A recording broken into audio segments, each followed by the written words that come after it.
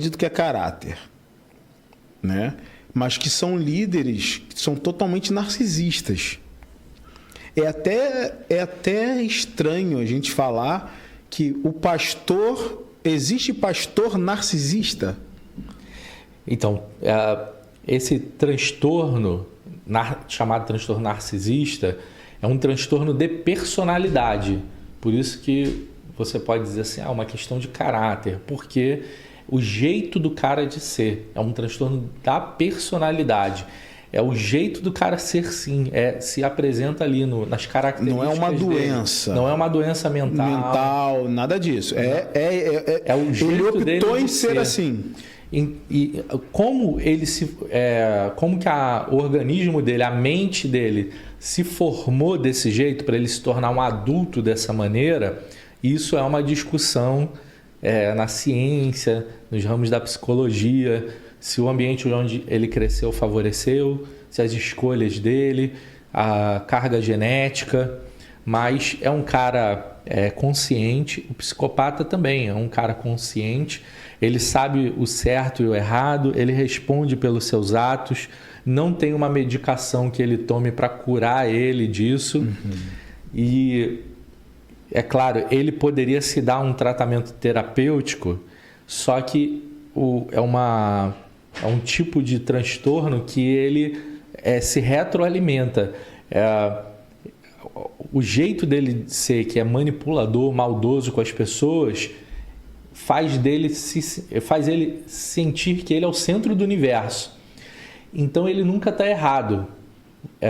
Você vai me fazer uma crítica, eu posso até ficar resistente agora, mas eu vou sair daqui refletindo, aquilo vai me incomodar, eu não vou sossegar com aquilo, a tua voz vai ficar ecoando na minha cabeça.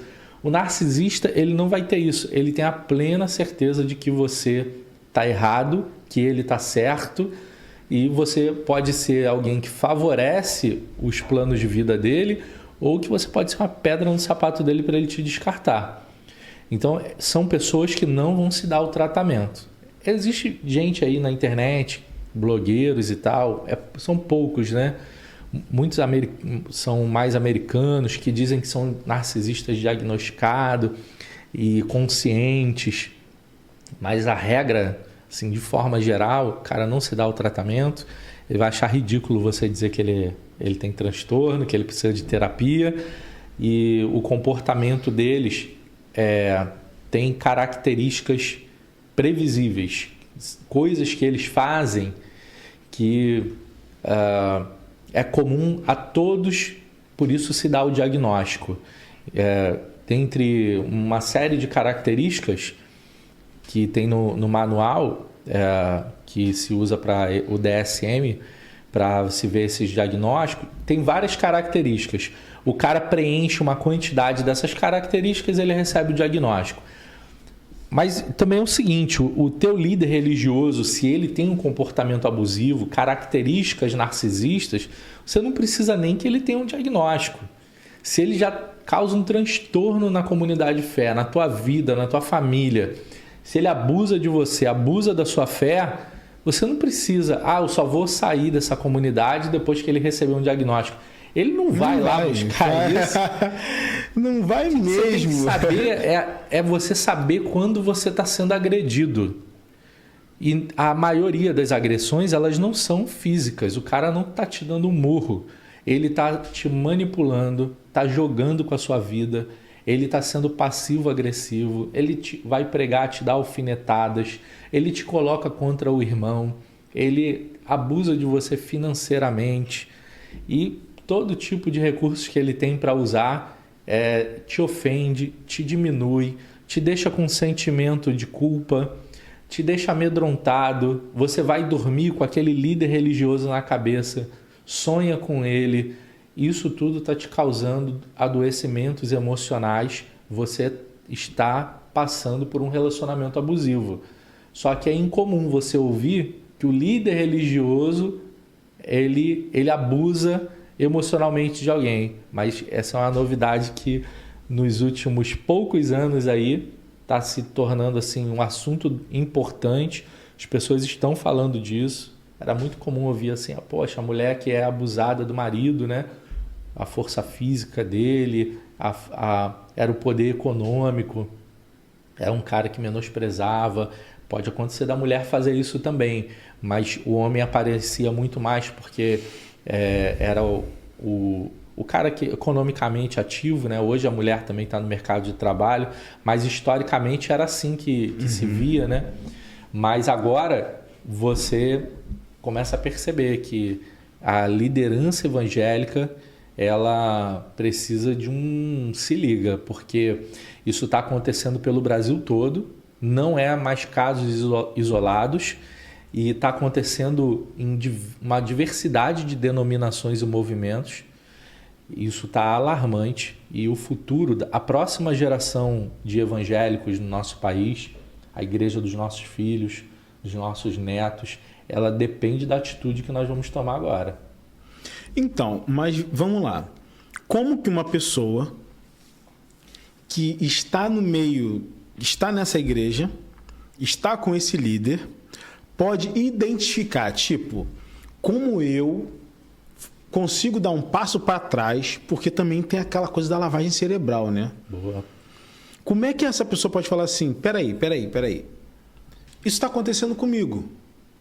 Como essa pessoa pode acordar? O que ela pode assistir? O que ela está sentindo? Ela, de repente, está percebendo, pô, não está acontecendo comigo, mas isso acontece com fulano, que está o dia inteiro aqui, vira e mexe, toma uma patada porque ele não fez uma coisa certa, mas o cara é voluntário. E o voluntário ele tem aquela obrigatoriedade de estar ali, que se não for, ele tem que avisar antes que não vai e por que não vai. É como se fosse uma CLT. Como é que a pessoa pode identificar e falar assim, cara, a minha liderança está fazendo isso comigo?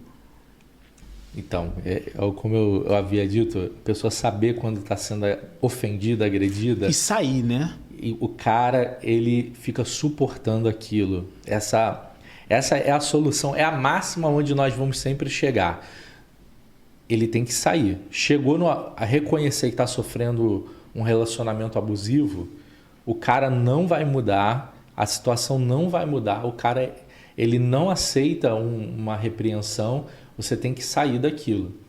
2 Timóteo capítulo 3, o apóstolo Paulo dá uma lista de características. Nos últimos dias as pessoas serão presunçosas, avarentas, amantes de si mesmo, elas fingem ser boas, mas elas negam o efeito da sua bondade. Uma característica que é um diagnóstico de um comportamento narcisista. Nós vivemos numa época que o narcisista ele tem sucesso na sociedade. Nossa sociedade é individualista, ela é competitiva e favorece muito o cara, ele é o que puxa o tapete, passa por cima para atingir seus objetivos. É uma sociedade vaidosa, né? Que faz muita preocupação com a estética, com a imagem, sempre estamos sendo filmados, fotografados. Então é uma sociedade que favorece o narcisista. O pastor narcisista, ele cresce a igreja dele e os irmãos olham e dizem, tá vendo como ele é um homem de Deus? A igreja está grande, né?